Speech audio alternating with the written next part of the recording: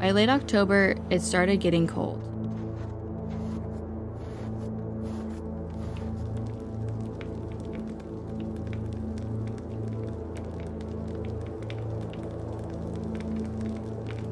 This wasn't Seattle cold.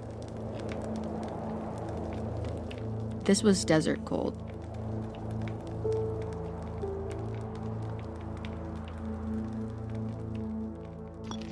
Those lucky enough to have a pot-bellied stove in their place scrambled for the coal.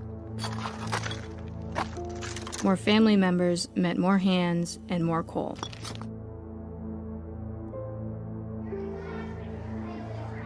Then school started again, or what could be called school. No desks, no blackboard, no books. Just a pot-bellied stove in the corner. Little heat.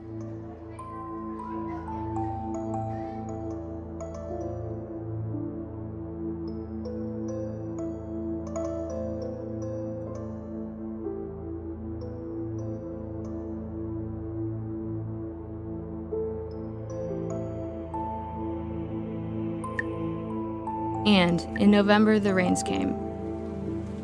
All of that dust turned into a sea of mud.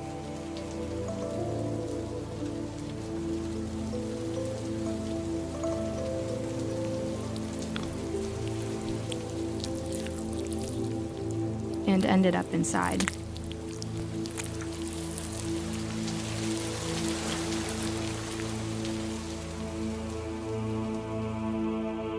The Protestants at Minidoka had their services together, calling themselves the Federated Christian Churches. Reverend Andy was there for the Christmas service. He had moved his family to Twin Falls to be near us. Deaconess Margaret Peppers from St. Peter's Episcopal Parish back in Seattle also lived somewhere close by.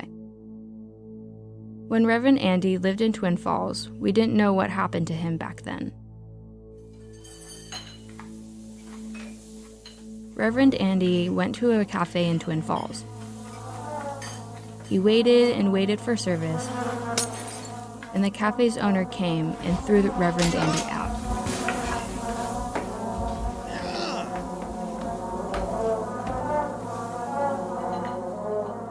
The same cafe owner stood outside the Andrews rented house, Traitor! shouting, Turncoat! Jap lover!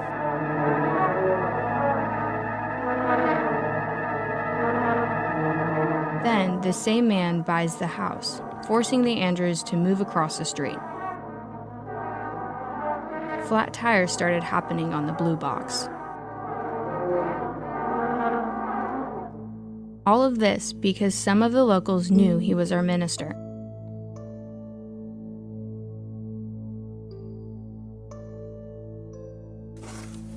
I should have felt guilty about getting any kind of Christmas present from Christian churches outside of the camp. When good people like Reverend Andy just got misery. New Year, same thing, every day. It got really cold, below zero. The mud froze overnight and then back to mud during the day. Can't play basketball yet, so I practiced jumping. Yuri became a teacher's assistant at the camp's Huntville Elementary. Then she became a teacher when the real teacher left.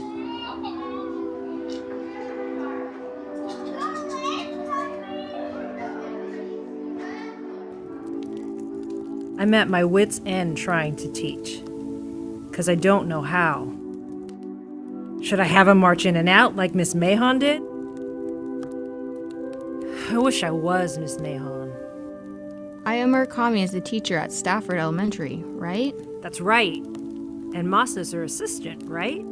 They never were teachers before. You're right. They weren't.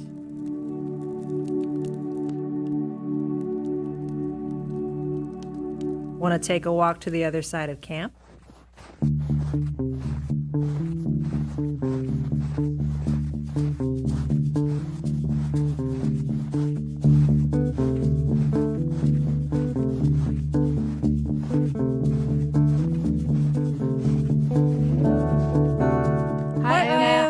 Hi, Masa. Yoriko? Sumiko Tanaka? My, haven't seen you girls since Seattle. What block are you at? 19. We hear you teach a 4th grade class here. You weren't teachers before, right? Just taught some Sunday school.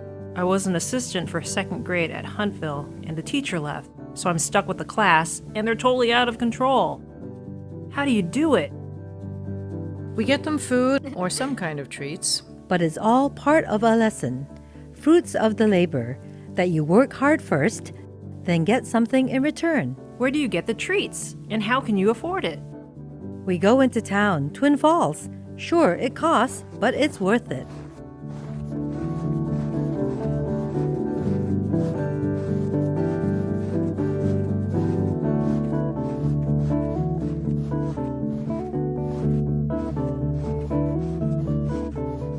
There's 2 of them, so maybe they can afford it.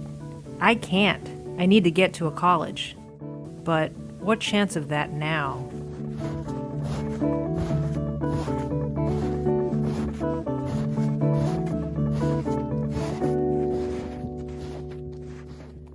Yuri told Mr. Kleinkopf that she had quit. But then maybe there still were miracles, even for us. I'm Tom Bodine with the American Friends Service Committee, commonly known as the Quakers. We are members of the National Japanese American Student Relocation Council. And we want to help those interested to get to college or get back to college. But, as you know, it has to be someplace away from the West Coast. Mr. Bodine went on that getting a college to accept someone was going to take letters of recommendation. If accepted, the government would have to clear that person to leave there, and the college would have to guarantee that person's safety in its community. Not that it all mattered to me. I wasn't old enough. I was pulling for Yuri.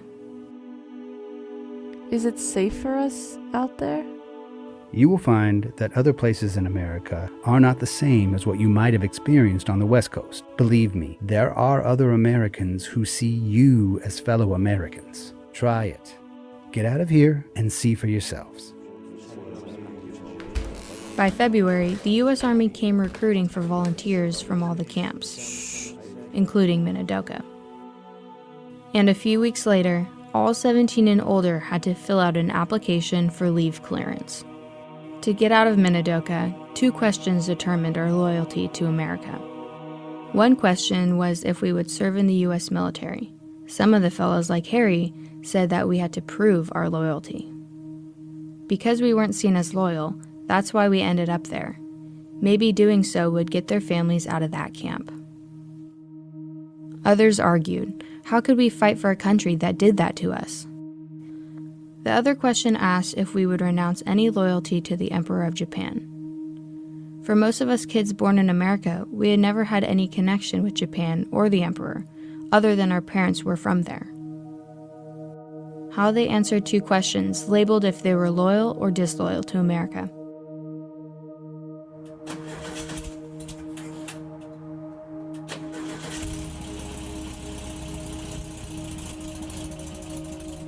We're going to Block 22 to fill out the questionnaire. If answering yes to those 2 questions means I get to get out of here, you know how I'm answering.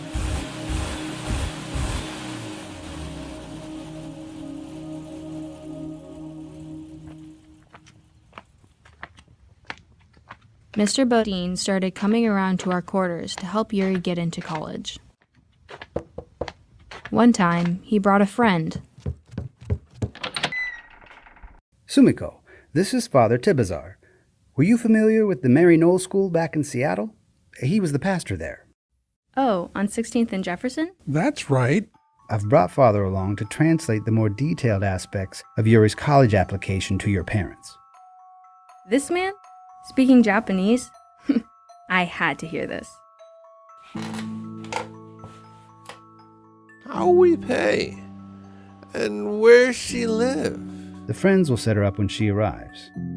We can find the housing, provide a stipend, a part-time job. We'll also see if she can get a scholarship. Sure enough, Father Tibasar translated for my folks, rattling off in fast Japanese just like someone from Japan.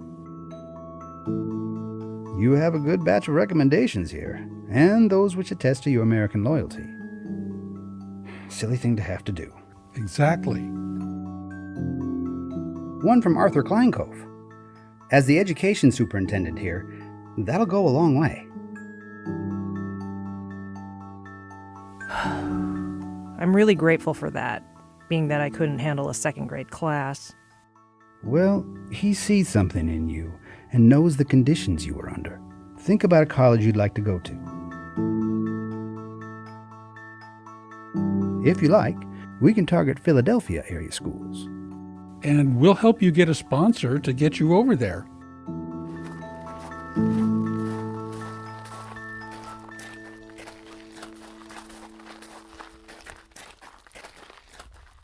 At our school, we then had a real teacher, as our old folks and the folks in charge called them. Even a blackboard now, and donated textbooks from the turn of the century.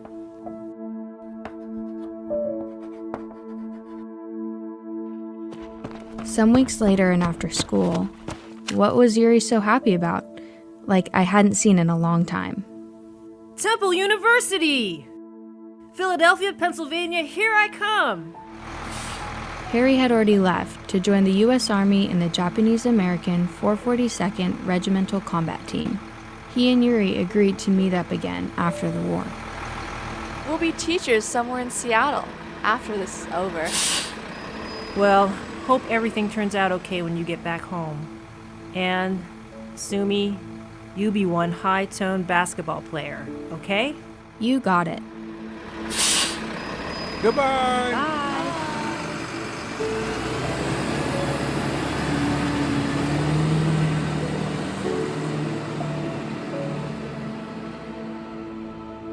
Of course, there weren't any goodbye hugs. Japanese didn't do that.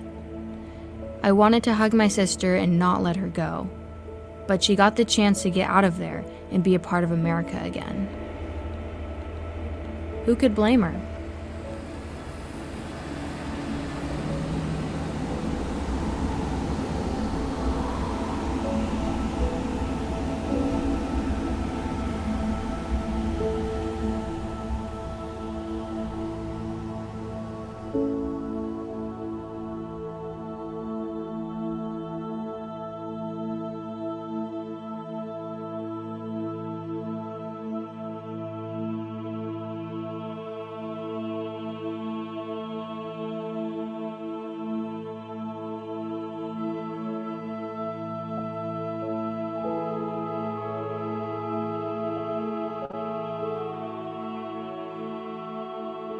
I'm author Ken Mochizuki, and I thank you for watching this segment of our graphic novel, Those Who Helped Us. While the main characters are largely fictional, most of the people depicted here helped the incarcerated Japanese Americans in real life. Arthur Kleinkopf served as the supervisor of student teachers, and then he became the superintendent of education at the Minidoka camp. His wife, Edith, taught 6th grade at one of the camp's elementary schools. Mr. Kleinkopf kept an extensive diary of his time at the camp, and from this account, we were able to build the stories of Sumiko, Yuri, and life in the camp. Little is known about Kleinkopf's life after the camp ceased operation, except that he passed away at Twin Falls, Idaho, and is buried there. Reverend Emory Andrews was the first English language minister at the Japanese Baptist Church in Seattle. He started in 1929. When his congregation was removed to the Minidoka camp during World War II, he made 56 trips from Twin Falls, Idaho to Seattle and back to deliver personal possessions that members of his congregation had stored at the church. After the Minidoka camp closed, he returned to Seattle and continued being pastor of the church until 1955, and then pastor emeritus for the rest of his life. A missionary in the Philippines, Margaret Peppers then served as a rural Episcopalian minister in Western Washington, and later became coordinator of Christian education at St. Peter's Episcopal Parish in Seattle.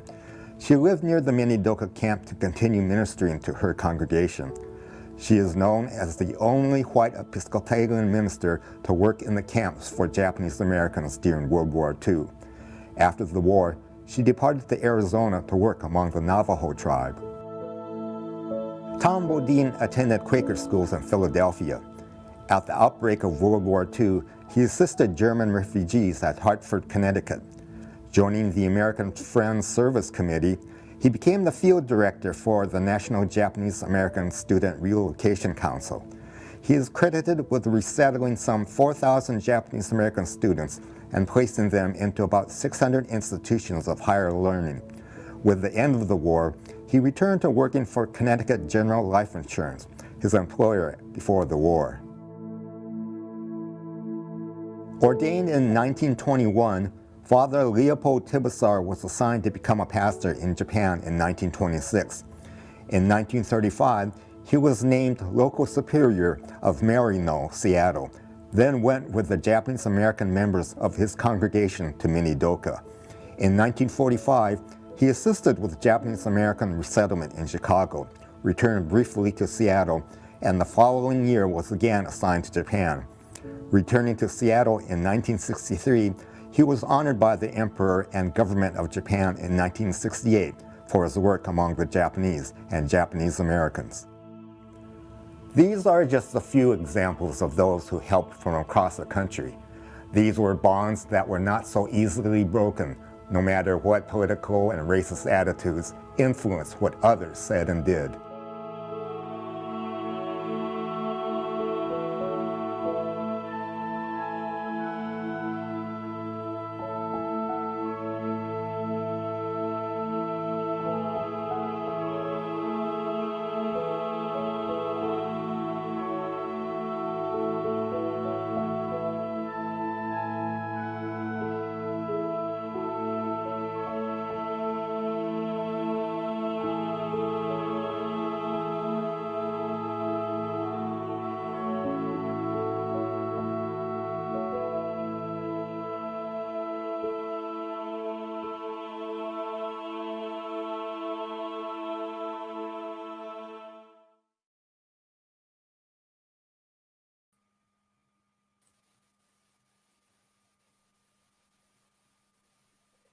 Hi everyone, welcome to today's panel, The Art of Collaboration, Literature and Illustration. I would like to introduce our two panelists today, Ken Mochizuki and Kiku Hughes. From Seattle, Washington, Ken Mochizuki is the author of the award-winning and best-selling children's picture book, Baseball Saved Us, Heroes and Passage to Freedom, The Sugihara Story. He's also the author of the picture book, Be Water, My Friend, The Early Years of Bruce Lee, and the young adult novel, Beacon Hill Boys. As a journalist and historian, he's the author of and contributor to several adult nonfiction histories, including Me at Hegel, an enduring story of Japanese American family, and Minidoka Memoirs, The Untold Stories from the Yoshito Fuji Files.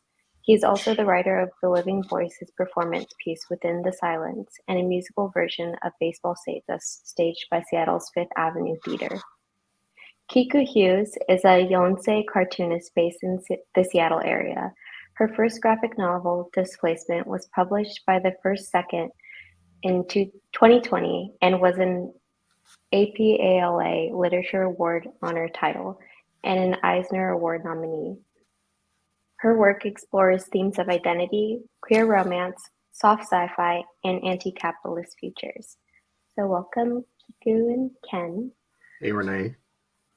Hi, thanks so much.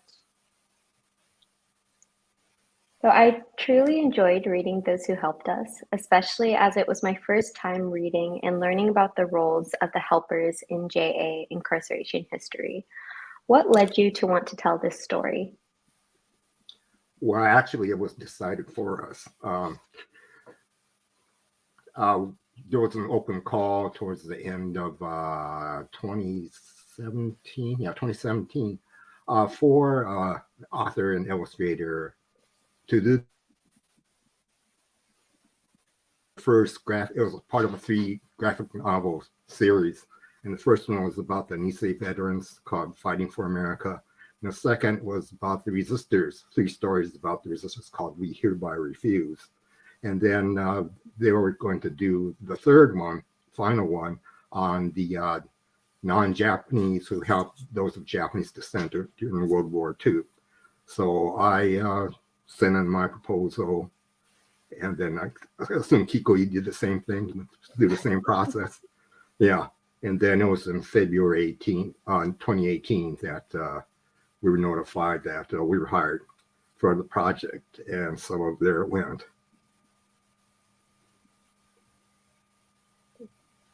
Could you tell us more about the process of making a collaborative novel? Oh, yeah. Well, first, Kiku needs something to draw off of. So that meant I had to come up with a story and the text. Oh, boy. Well, this story has been talked about for a long time in Seattle's Japanese American community about doing a story about this since the early 90s, actually. And so I had some research already because other people had interviewed certain individuals. And when I became known as the writer after baseball saved us, it turned it over to me and said, "You do it, Ken." And so I had some, and yeah, then I had to identify who the people I were going to feature in the story. There's a lot on the national level, excuse me, but I couldn't do everybody. So I decided to cut it down at those in the Seattle area, including Bainbridge Island. And so I identified my list of the subjects, who they would be. Then I had to start doing the research on these people. And yeah, good thing there is Densho, because a lot of the interviews were there from the descendants, family members of these actual people. And then also I had done, as you listed, I had done a number of books on the Japanese American World War II experience. So I pilfered from myself, my other books. And so then I had took about 3 months for the research alone. And then, okay, then what do I do? How do I put it into a story? And writing for me is, when you come to the how to do it, is like you get one of those adult jigsaw puzzles, but there is no illustration of what the finished product is going to look like on the cover. And so you're doing that. You're creating that picture. And so the how, and then I don't know, I just kept coming up with this idea that what if I did what I've been calling, what if I do a Forrest Gump? What if I make up a fictitious character or family in this story, and then they can encounter all the real people that actually were there, actually did what they did. And that way I can tell a continuous story, because there just wasn't enough for individual profiles like the two other previous graphic novels did. And so I don't know, that idea kept coming back. It was like, being followed around by a pesky kid. Hey, you didn't forget him, did you? And so, okay, I'll go with it. And the community advisory committee, which were our bosses, they'll tell me if I'm crazy or not, if it wasn't going to work. So I did that, and it was not easy. It was just scene after scene. Get to the end of one scene, start the next until you finally get to the end. And then I had something to turn over to Kiku. And so then that's where she began the illustrating phase. Sorry about this. Well, she can be in here. Yeah, and I told Ken early on, because Ken has worked on writing plays in the past. So, I said, writing for a graphic novel is very similar to a play. You kind of have to make sure that the sense of place is really solid, and that the actions are really defined. And so when he got the script to me, it was pretty much in the exact format that you would need for writing a graphic novel. So, and this was actually the first time that I had worked with a writer. I've only done my own writing before, so it actually was a really, it was a good way to strengthen my own abilities, because so much of when I create a graphic novel with my own writing, I just sort of, I can make it up, I can fudge things as I go. But yeah, Ken had so much of the research done, and he knew exactly what was going to happen in each scene. So it was good to have that sort of solid foundation to build off of. Yeah, and can we show that scene of the Arthur Conco from the tree hugging scene? Yeah, okay. This is an example of how it worked out. This is from Arthur Kleinko's diary. This actually happened, where a group of student teachers went into town, into Twin Falls, and then they see a tree, and then one of the student teachers says, "Mr. Kleinko, can you stop?" And he goes, "Huh?" And they all went out and hugged the tree, because out there where they were, Minidoka, there are no trees. And so that reminded them of Seattle.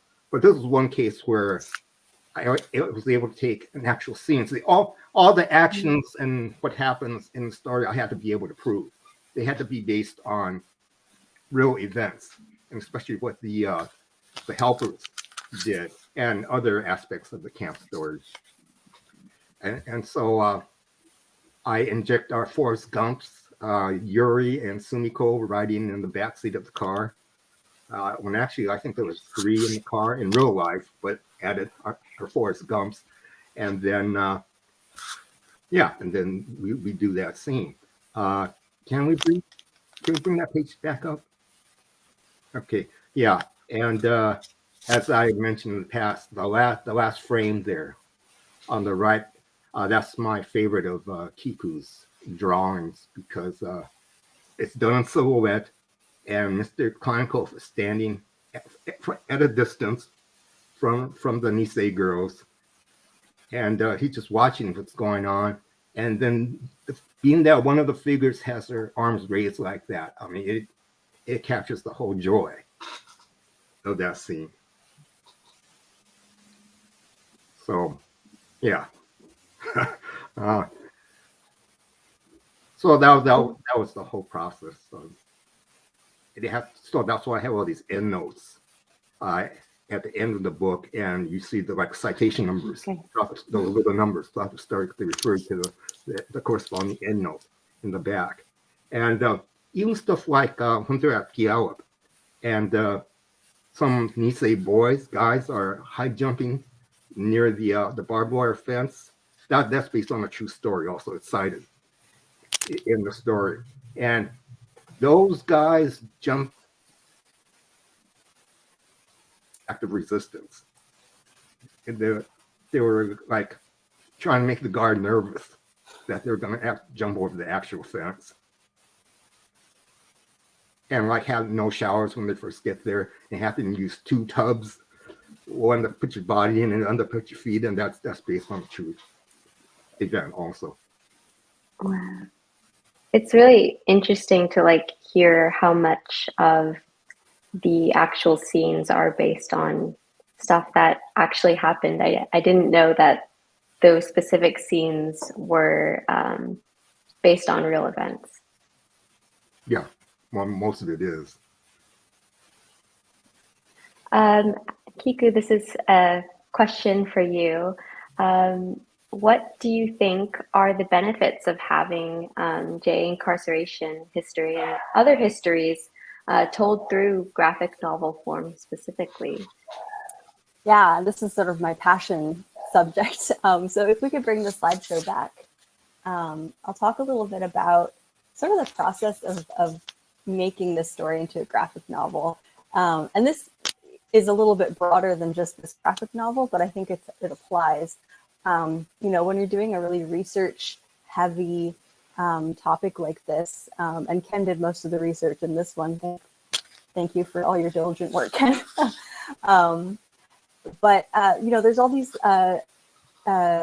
resources that you have, and Ken mentioned Densho, which is of course one of the best resources that we Nikkei have in the world right now.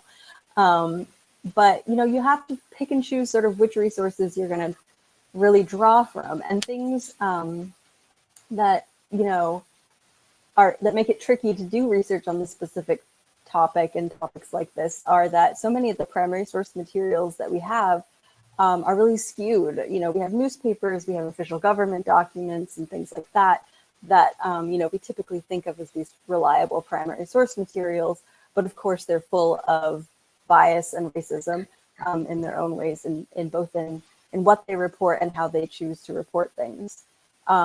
So when looking, and especially in the case of graphic novels, a lot of times we don't have the visual information either. And even when we do, this is an example of the way that the murder of James Wakasa at Topaz was covered in the press. So we have, you know, these primary source documents that sort of talk very neutrally about what happened. And we have this one government WPA photographer captured photo that sort of shows the funeral. But what we are really lucky to have is a graphic novel that also tells this story.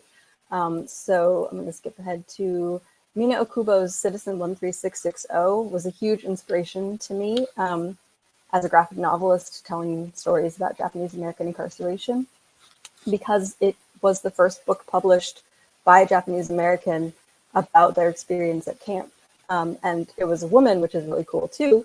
But also it was a comic book. You know, she was an illustrator when she was taken to Topaz, and she kept this visual diary of her experiences. This is hers on the left.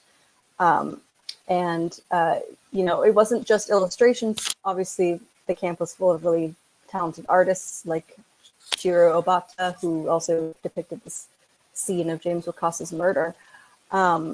But she also had this cartooning experience and this ability to really turn the illustrations into a story with accompanying text. And you can see sort of, you know, even though it's not perhaps as detailed as a photograph or as full of like, textured detail, it tells you so much more about the experience, I think, because she really puts in the foreground the grief and the collective communal grief in a way that highlights the emotion of the moment so much better than a photograph does, and really shows what it was like to be there at the funeral with a really raw honesty that I really appreciate. And again, so many of the visual details that we have about camp are only found in these illustrations because photography was not allowed by detainees for a very long time. And so a lot of the photography that we have access to is this government created WPA photography that was really careful to only show certain aspects of camp as part of this, you know, ongoing propaganda project to make camp seem like a pleasant place. You know, there was a really conscious choice not to take photos of certain things, and these are the things that artists were able to depict instead. And I really think one of the really cool things about what Mine did was that, you know, because she published it so quickly after the camps closed, it was still required to be gone through by a government censor, basically, to make sure she wasn't saying anything that they didn't approve of.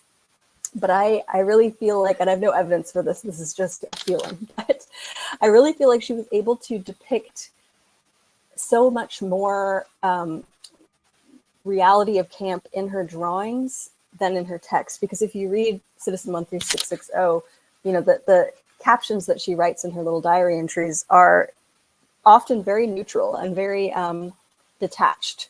The language is not emotional very much per se. But in the drawings, she has all that emotion and things that she may not have been able to express in front of a government censor in words, she was able to draw.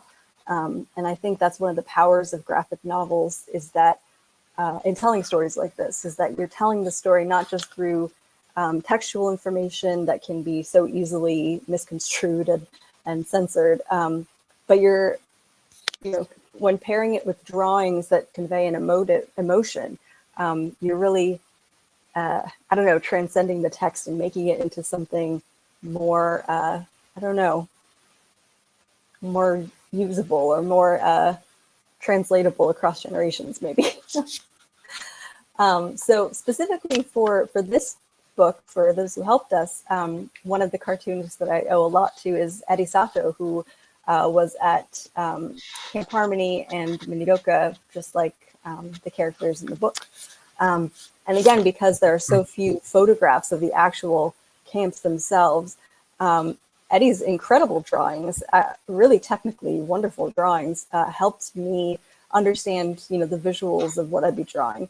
So he has this incredible drawing of looking down 6th Avenue, he says, and this is at Camp Harmony, where you can see the really architectural drawing and his little cartoon character that he draws in every scene as well. That's sort of his little mascot.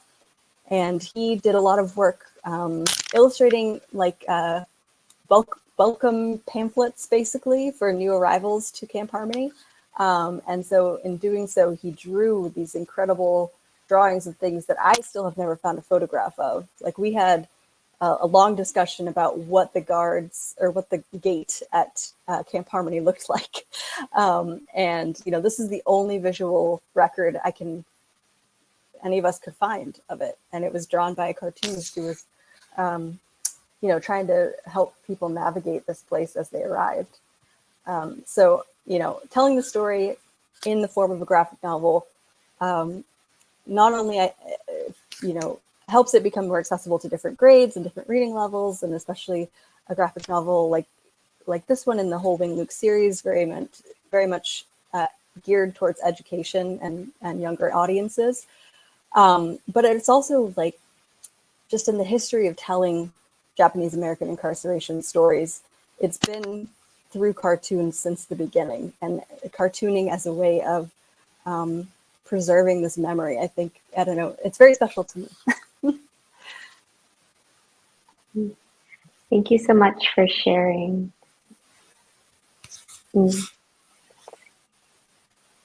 I don't know, Ken, if you have any thoughts about graphic novel. Sorry.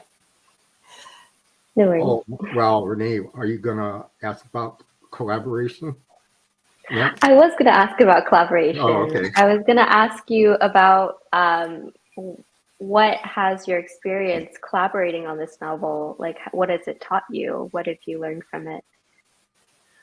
Yeah, well, since my first book was a picture book, Baseball Saved Us, and after I had finished the text part of it, and this would be 1991, then 1992 was the time when the illustrator named Don Lee, he was illustrating, and I never had any contact with him whatsoever during the whole process.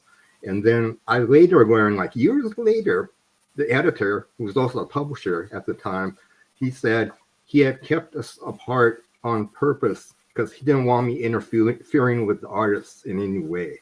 To let the artist read my words and totally do his own interpretation of what he was reading. And so that's what I had done since. And same thing with working on this graphic novel. Well, sometimes I was on Kiku for some factual details and stuff like that. And just like she said, we're talking about the fence at Piella or the gate for a long time, and we could never figure it out. Stuff like that. But other than that, just let her do her own interpretation of what she had read. And it was a good thing I did, because something I never realized was the relationship and the bond between sisters. And so, like at the end, when you saw at the end of the video, that's just a portion of the entire book. And then it was like when her older sister Yuri leaves, it's like she lost half of her, because they did everything together. And so that, that's something I never realized. And also just her points of view in telling the story. Like when Sumiko's jumping at that icicle in the winter, and she just does it from above. And also, as we talked about before, that there's a scene when there's a memorial service for the Nisei soldiers from Minidoka camp who were killed in action. And then at this memorial ceremony, it was in August. First one was in August of 1944. There were hundreds of people there at this memorial. And so then we get to the illustration of that ceremony. There's nobody there. They're all gone, except for some family members who was killed in action, and plus a clergy member on the stage. And first thing I thought was, where's all the people? Where's the audience? And then the next time I looked at that illustration, I thought, oh, okay. Because isn't that the toughest time of grieving, is when after everybody is gone and you're alone with it? And so I thought, oh, okay. Plus, I think Kiku, you said you saw an actual photo like that you're drawing from. So, stuff like that I would never think of. But, let her loose. And I just had to stay out of the way, pretty much. Well, I tried to. But it was different this time because in all my other past projects that involved an illustrator, they're in New York or New Jersey. So in this case, we were all in the Seattle area. So our leader, and she's the leader of all three novels, Cassie Chin, the deputy director there at the Wellington Museum, and she would get us together for meetings, and Kiku would show us her work up to that point, and so in that way there was more, discussion and other people getting into Kiku's process, pretty much. But yeah. Yeah, and if you bring the slideshow back, I can show a little bit about that process too. Just if anyone's curious about the process of making a graphic novel, I always like to include this because I do think it's interesting to people sometimes.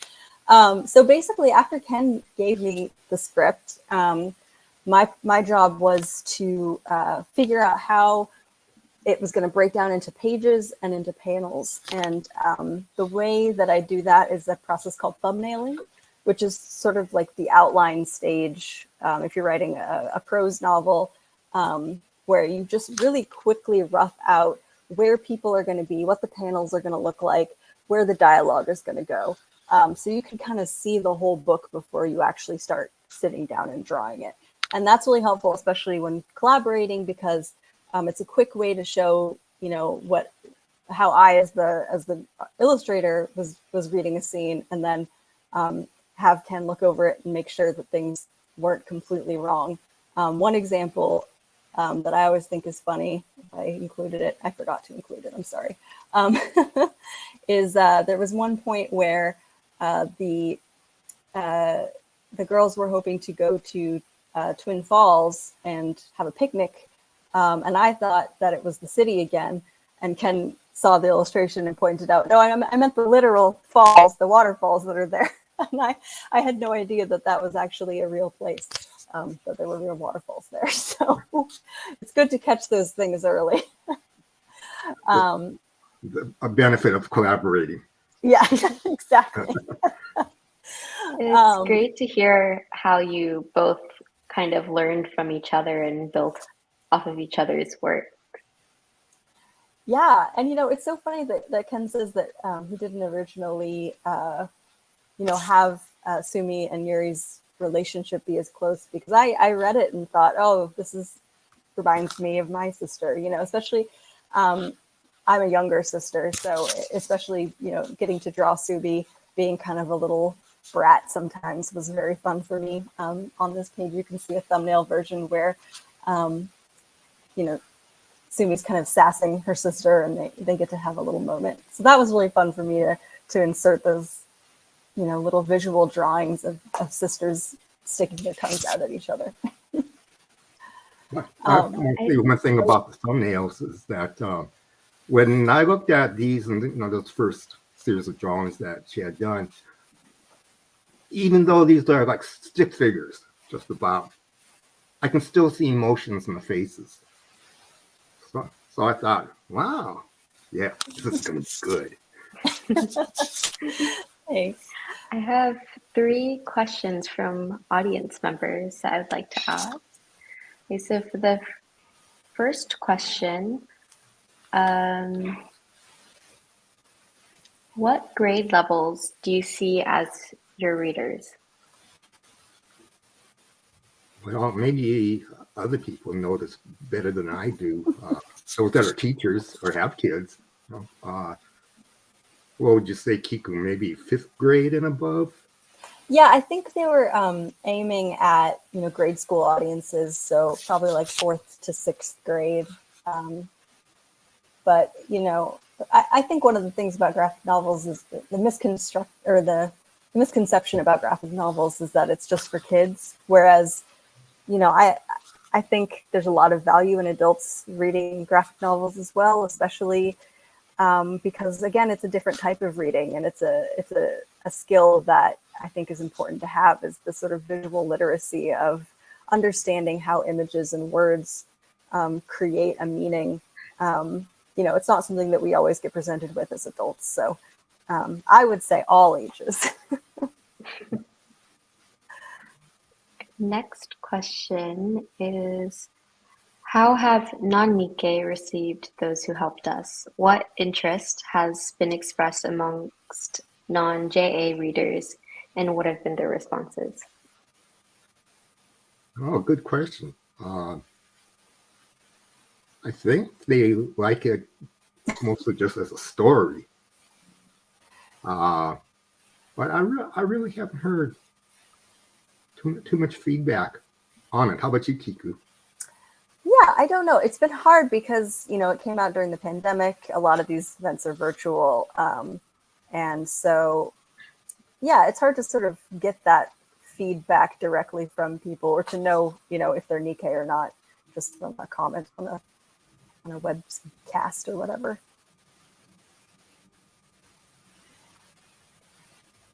What just in the research process, and I tried to be inclusive as possible, including the Filipino farm workers on Bainbridge Island who took care of the farms while the Nikkei had to be away, and same with the indigenous, the Muckleshoot and Puyallup tribes, who did the same thing.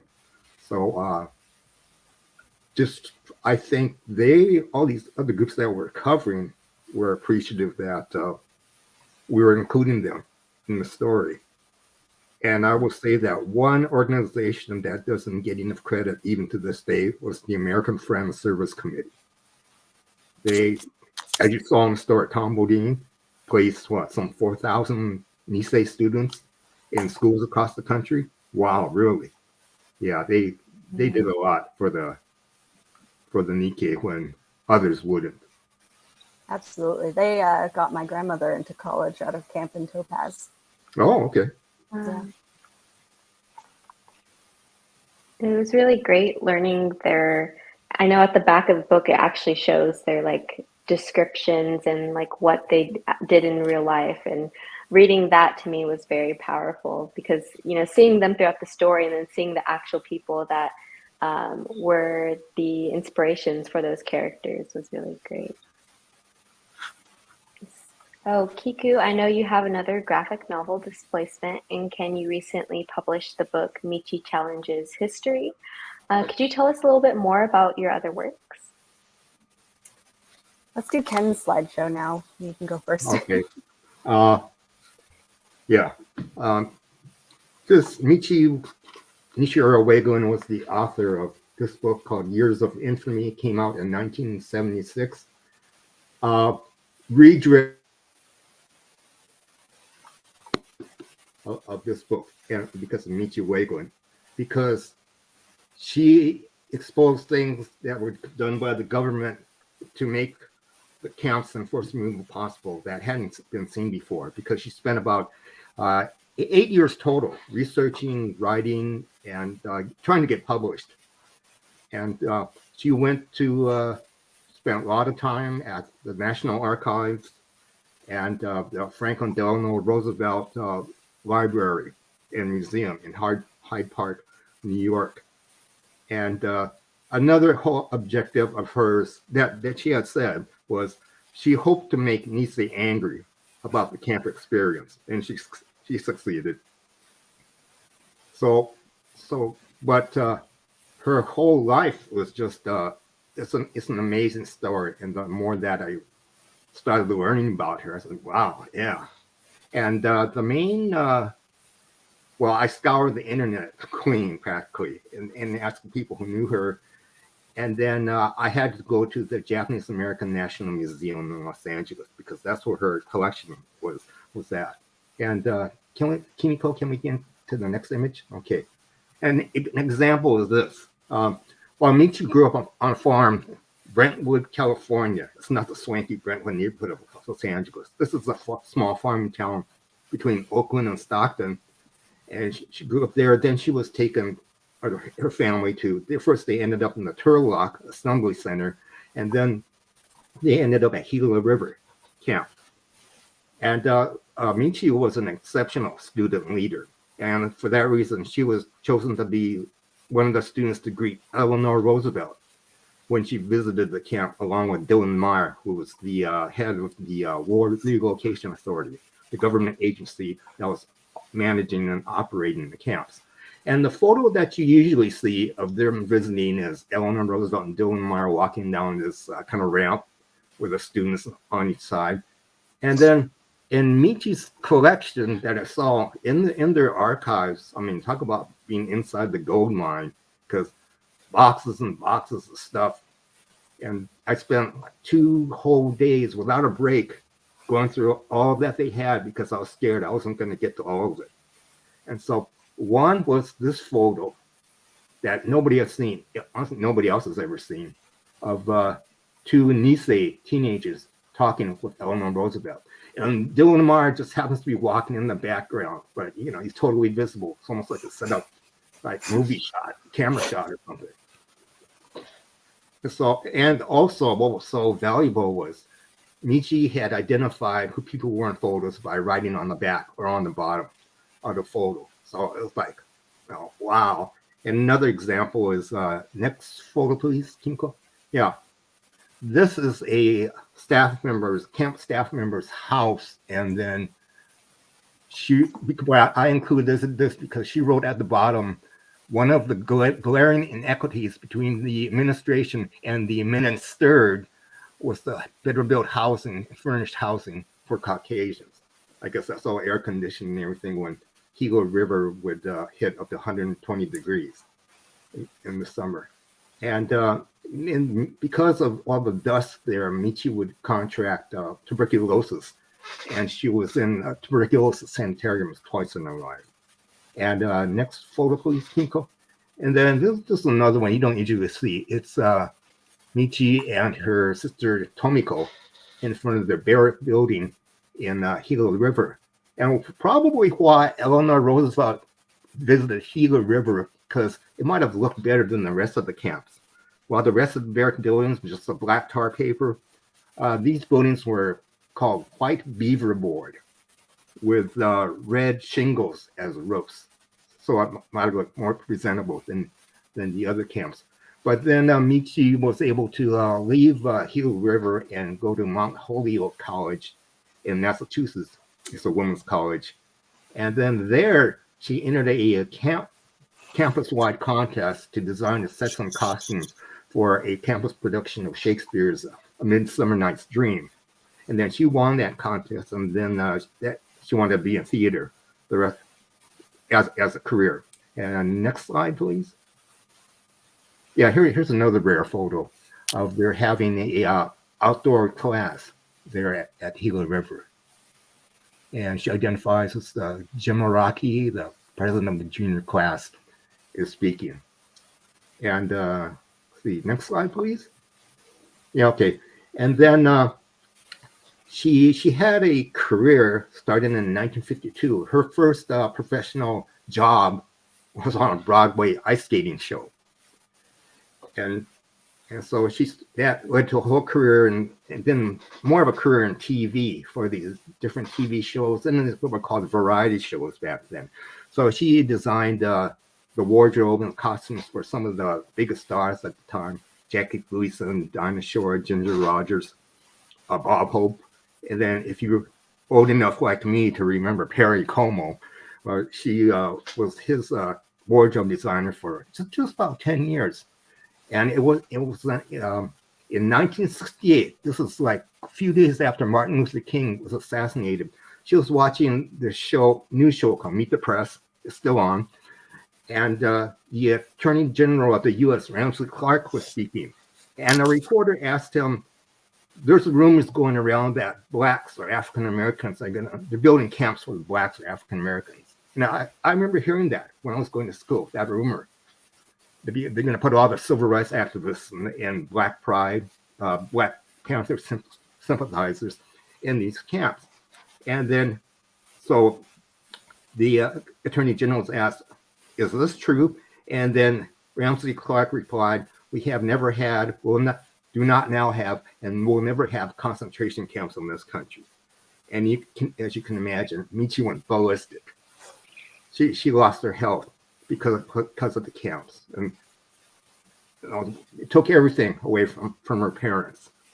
Totally changed lives. So that's when she went on her solo quest to uncover why this all really happened.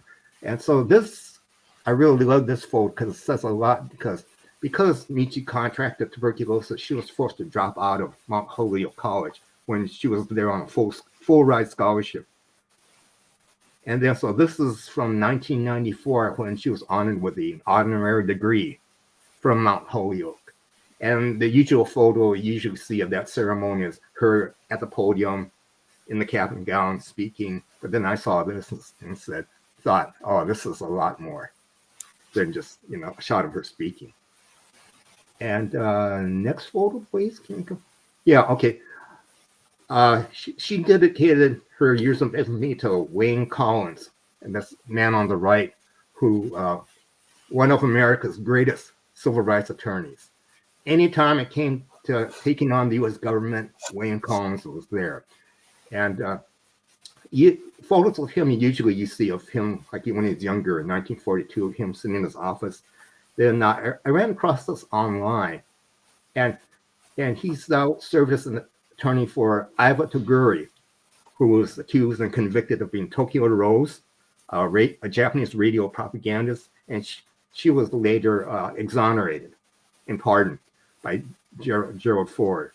But because she was going to be in this story, because Michi's activism didn't end with her book Years of Infamy. She took on Iva Toguri's case, claimed that she was railroaded. Eventually that proved to be the case. And and then before there was even the Executive Order 9066 on February 19th, Issei railroad workers and miners had been summarily fired from their jobs. And because they lived where they were, company-owned housing, they were homeless then also. So they weren't included in the original redress bill. So Michi started this whole letter writing campaign, did everything from her portable typewriter, and was able to get redress for those people. And some of her causes are still ongoing now. So that's why my dedication to her biography is that she be more well known. Michi Nishiro Ueguen, fighter for the forgotten ones. Because most Nikkei don't even know who she was. And I was going to change that. So Kiku, this place. Yeah, maybe you can put up my slideshow again. Thank you, Kumiko. So yeah, that sounds amazing. Ken, I'm very excited to read that. And I also wanted to say, I have heard that Meet the Press thing before in the story from my grandmother, who had members of her Japanese American church in New York who had never gone to camp, trying to say that, opening camps again for civil rights activists is a good idea. And my grandmother shouted them out of the church. And that was like the one time that she talked about it, her experience really. So that's interesting. I'll have to look up that actual broadcast.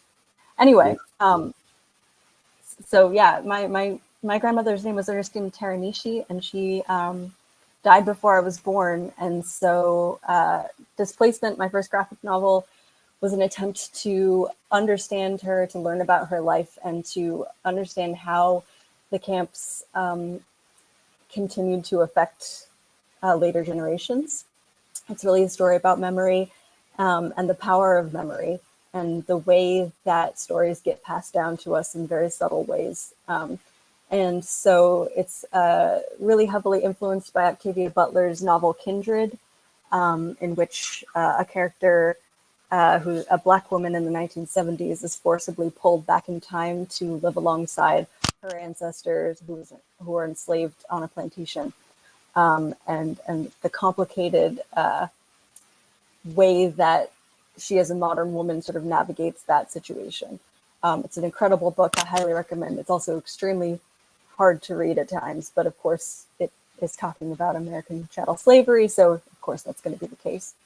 For my book, for Displacement, I wanted to do something like a time travel element, but the problem I had there was that I didn't know very much about my grandmother. I only had stories. I never met her. I couldn't ask her questions. So much of her life was not recorded or passed down. And so instead of a time travel device, I decided to use something called memory travel, or that's what I called it in the book, where rather than actually going back in time and reliving an event, it's going through a community's collected memories of what happened to them. And that allowed me to be a little bit freer with facts, because again, there was so much that I just didn't have access to, especially with my grandmother's specific story, and allowed me to tell a story that was driven more by the collected emotional impact of camp on a community. And the moments that I sort of built the story around were all the things that had been passed down to me, despite my grandmother not really talking about camp. There were certain things that I had grown up knowing about, and they were things like how dusty it was. The Quakers, the American Friends, were also a part of that. About the murder of James Mikasa and the loyalty questionnaire. These are all things that I had, I don't even remember when I learned about them. So I knew that they were, these emotional tent poles to build the story around. And that's sort of how I went about doing that. So yeah, that's available wherever books are sold. This is a photo of my grandmother and her parents, who were all imprisoned at Tanforan and then Topaz.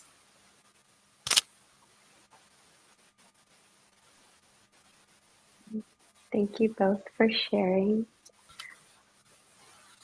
I'm definitely going to read both of your books. I'm going to put them on my book list. But thank you so much for being panelists today. I really enjoyed hearing your perspectives and learning more about your works. And I hope that everyone watching is enjoying the panel as well. And so thank you so much, Ken and Kiku. Thank you. Thank you.